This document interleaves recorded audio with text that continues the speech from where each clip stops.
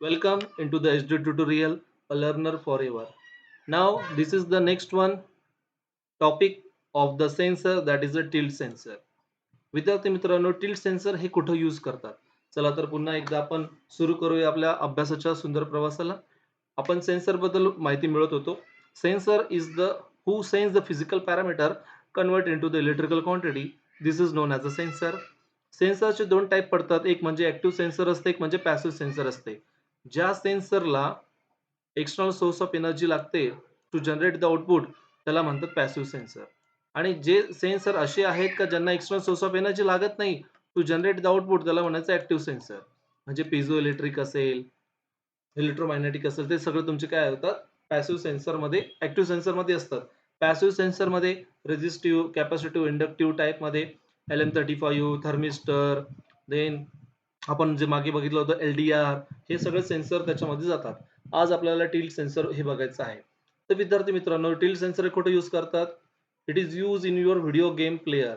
Video gaming, rolling ball, खूप ठिकाणी हे आपण हे यूज करत असतो.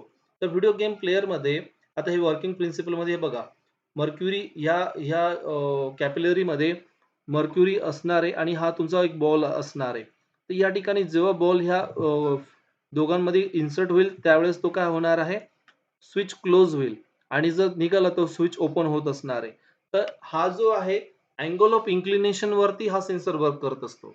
ज्या वेळेस तुम्ही व्हिडिओ गेम प्ले करत असतात, यामधल्या बाईकचा जर तुम्हाला मूव्ह करायचं असेल, जसं तुमचं हातातलं जे इन्स्ट्रुमेंट असेल, टिल्ट सेन्सर जसा मूव्ह होतो तसं तुमची bike up down forward reverse हे गोष्ट होत असते. तर ते कशामुळे होत असते विद्यार्थी मित्रांनो? टिल्ट सेन्सरमुळे होत असते. ओके. मग tilt sensor can be of the force balancing sensor, the solid state microwave chemical system, or electrolytic tilt sensor. What are the feature? Detect the orientation and inclination very easily. कुठल्याही प्रकारचं orientation inclination हे तो detect करू शकतोय. Small in size असतो, easy to use असतो, low cost, low power, reliable and robust. The another benefit of them, it is the big one, can switch the power of its own. तो काय करतो, स्वतःच्या पॉवरवरनच तो switching on off करू शकतोय. Being the mechanically strong, the tilt sensor can easily shoulder and the plug into the board. ते काय करू शकतो आपण, इझिली शोल्डर आणि प्लग इनटू बोर्ड करू शकतोय. Only one should be take avoid too much bending the leads of the avoid breaking. त्याच्या ज्या लीड्स असतात त्या त्या ब्रेक होणार नाही याची आपण काळजी घ्यायला पाहिजे. या ठिकाणी 5 मार्काला जो प्रश्न आलेला होता तो असा आहे, list any 3 types of the tilt sensor. आता हा या टिल्ट सेन्सरचे जे वेगवेगळे जे 3 टाइप्स आहेत त्यांनी ते लिस्ट करायला लावले होते. Explain the tilt sensor, activate the LED switch. आता तो एलईडी स्विच ऑन करायचा असेल तर बघा या पद्धतीने आपण टिल्ट सेन्सर यूज करू शकतोय. आता हे या ठिकाणी काय बघा विद्यार्थी मित्रांनो, 3 व्होल्ट हा टिल्ट सेन्सरला दिला आहे, त्याचा आउटपुट रेजिस्टर आणि एलईडी ला दिला आहे आणि इकडे जातो आहे. जर टिल्ट सेन्सर मध्ये आपण आता बघितलं होतं असा टाइप मध्ये,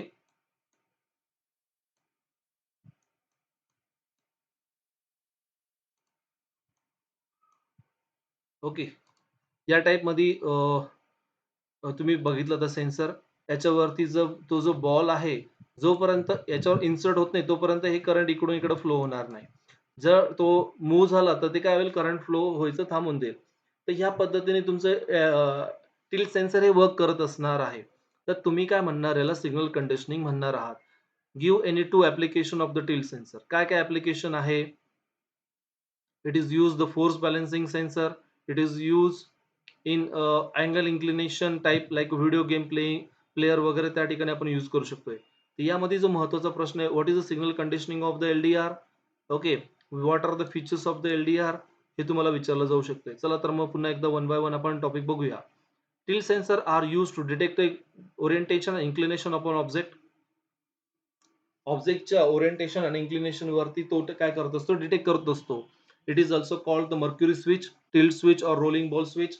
दे are found in the electronic toy, video game player, controller, camera, gadget, robot.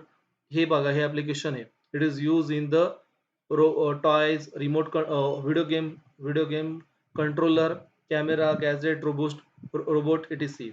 It is also find the application in the automotive sector, like a security system, automobile airbag. Automobile airbag they are also useful for the study the human movement.